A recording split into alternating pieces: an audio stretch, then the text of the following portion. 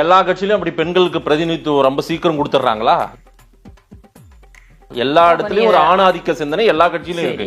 அப்போ அந்த ஆணாதிக்க சிந்தனை இங்கேயும் இருக்குன்றத ஒத்துக்கிறீங்க உள்ள? அப்படி பச்சையா சொல்ல முடியாது, ஒரு யூகமா சொல்லலாம். எல்லா கட்சியிலும் இருக்குங்க. இந்த கட்சியில இருக்குன்றத ஒத்துக்கிறீங்களா? அதிமுகவுக்கு நீங்க அதிமுக ஆதரவாளர், பிஜேபியும் அப்பப்ப தொட்டுப்பீங்க. அங்கெல்லாம் தொட்டுப்பேங்க, அது உங்க பிரச்சனை கிடையாது.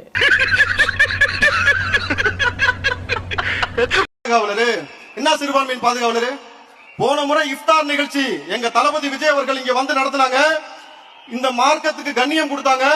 தொழுதார்கள். அவர் உழைச்ச பணத்துல இருந்து எல்லாருக்கும் உணவு கொடுத்தாரு. அது ஹலால். புரியுதுங்களா? ஆனா உதயநிதி அவர்கள் கலந்து கொண்ட இஃப்தார் நிகழ்ச்சியில குப்பை வண்டியில கொண்டு வந்து கொடுத்தாங்க உணவை. இதுதான் நீங்க சிறுபான்மையினரை பாதுகாக்கிற லட்சணம் இல்லையா? இங்க இருக்கக்கூடிய பெண்களுக்கு பாதுகாப்பு துப்புக்குள்ள, இங்க இருக்கக்கூடிய கனிம வளங்கள் இயற்கை வளங்களை திருடாம இருக்கிறதுக்கு துப்பு இல்ல.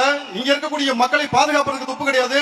ஒவ்வொரு அமைச்சரும் சார், யாராவது அமைச்சர் வந்து பணத்தை கொண்டு போய் பிணவரில் ஒளிச்சு வச்சு பாத்திருக்கீங்களா? மீண்டும் அவர்களுக்கு வாய்ப்பு கொடுக்குறது திமுக.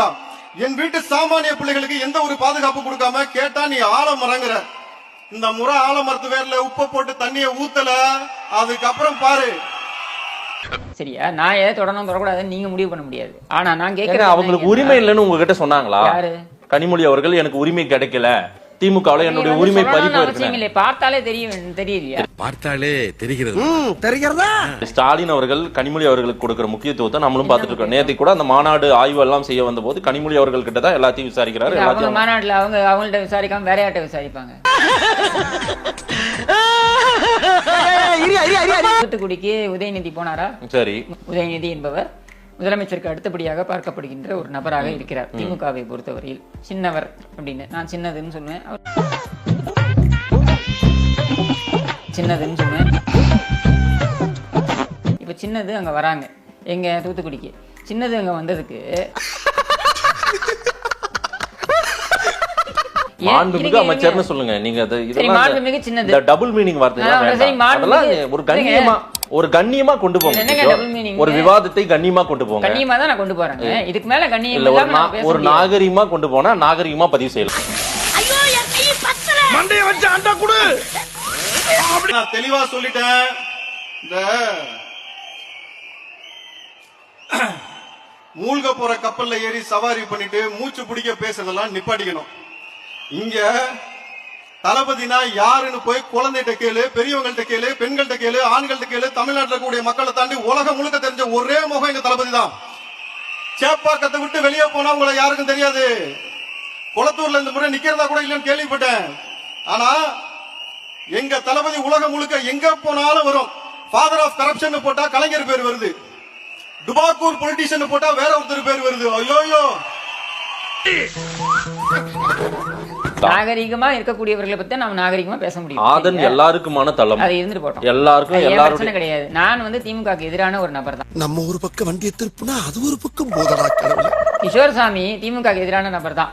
சரியா? அதனால நான் வந்து நீங்க சின்னவர்னு சொல்லிருக்காங்க, நான் சின்னதுன்னு. சரி, நீங்க மரியாதை கொடுங்க. மாண்புமிகு சின்னது. என் வாழ்க்கையில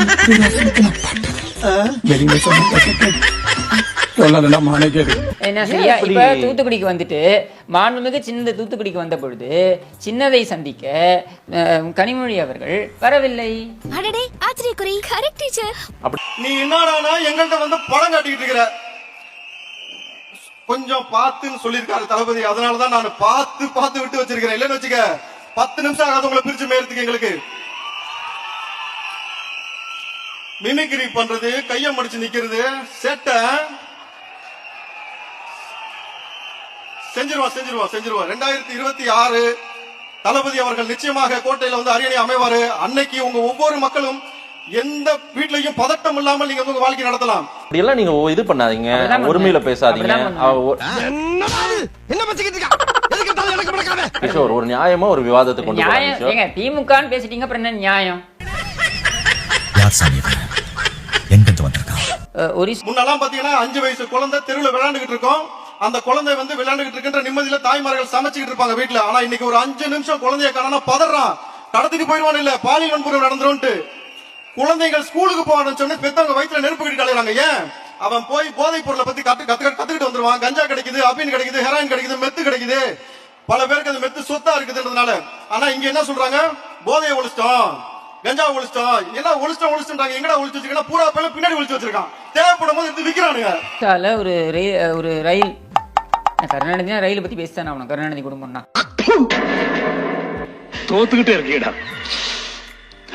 ஒரிசால நடந்தது ரயில் விபத்து. சரி. கருணாநிதி திருவாரூர்ல டிக்கெட் இல்லாம வந்தது தமிழகத்தில் நடந்த விபத்து, அரசியல் விபத்து. என் மனசுல உள்ள பாரமே குறைஞ்சிருச்சு. தூத்துக்குடிக்கு இவரு போனாரா இல்லையா? உதவாநிதி உதவாநிதி உதவாநிதி நக்கல்யா அவனுக்கு. இப்ப போன போது உதயநிதி. சரி, ஓகே, உதயநிதி. கிஷோர், உங்க லெவல்ல இறங்கி நம்மளும் மல்லு கட்ட முடியும். நான் கேள்விக்கு வந்துடுறேன், நான் விவாதத்துக்கு முடியலன்னா அது ஏன் பிரச்சனை இல்லையே. கேட்டா நீ ஆலமரங்கிற. சரி, ரைட்டு, எல்லாத்துக்கும் ஒரு நேரம் வரும். அந்த நேரம் எங்களுக்கு வந்துருச்சு. தளபதி அவர்கள் நிச்சயமாக தமிழ்நாட்டின் முதலமைச்சராக வந்து அமர்வார். அவருக்கு நம்ம அத்தனை பேரும் உறுதுணையாக இருப்போம். அந்த உறுதிமொழி ஏற்று இங்கிருந்து செல்வோம். நிச்சயமா உறுதிமொழியா இருக்கலாமா? இந்த வாய்ப்பை வழங்கிய ஜிஎஸ் அவர்களுக்கு நன்றி. துணிச்சல் அப்படின்னு கேக்குறாரு திரு ஏபிஎஸ் அவர்கள். ஆமா. துணிச்சலை பற்றி எல்லாம் நீங்க பேசலாமான்னு திரு ஸ்டாலின் அவர்கள் பதிலடி கொடுத்துட்டாரு. சரிங்களா? துணிச்சலை பத்தி பேசணும்னா அதுக்கான தகுதி என்ன? பேண்ட்ல ஒண்ணுக்கு போதா? மாப்பிள்ள பிள்ளைடன் மூத்தரம் பெஞ்சுன்றிருக்கு. யூரின் மட்டும் இல்ல, போஷனே போயிருப்பான். துணிச்சலை பற்றி பேசுபவர்கள் துணிச்சலை பற்றிய தகுதி என்னவென்று சொல்கிறார்கள். ஈடி கதவை தட்டினால் பேண்டில் ஒண்ணுக்கு போக வேண்டும். Emotional damage. சொந்த அப்பா கைது பண்றாங்க, ஐயோ கொல்றாங்களே அப்படின்னு கூப்பாடு போடுறாரு. அப்பா ஆளே காணோம், அப்ஸ்காண்ட் ஆயிட்டாரு, இவர் ஓடி போயிட்டாரு. 3 நாள் ஆளே காணோம், இங்க சென்னையிலேயே காணோம். இவரெல்லாம் துணிச்சலை பத்தி பேசுறாரா? நான் ஒரு முளை கயிறு தருகிறேன், அதை வாங்கி கொண்டு போய் ஒத்த புளிய மரத்தில் தூக்கில் தொங்குங்க. காவேரிக்கும் கருணாநிதிக்கும் அல்லது காவேரிக்கும் திமுகவுக்கும் என்ன சம்பந்தம் நான் சொல்லட்டமா? 2 சம்பந்தம் தான். ஒன்னு என்ன தெரியுமா? 3 சம்பந்தம் சொல்லலாம். என்ன தெரியுமா? ஒன்னு காவேரி சேனல், இவன் குடும்பம் வச்சிருக்காங்க பெங்களூர்ல. அடுத்த காவேரி என்ன தெரியுமா? சன் டிவியில இங்க ஓடுதுல சன் டிவியில மெட்டி ஒளி சீரியல்ல காவேரின்னு ஒரு சீரியல் நடிகை மிக அற்புதமாக நடித்தார். 3வது காவேரி நம்ம கலாநிதி மாறனுடைய மனைவி, அதாவது இந்தியாவுடைய மிகப்பெரிய சம்பளம் வாங்கக்கூடிய தொழிலதிபராக இருக்கக்கூடியவர்.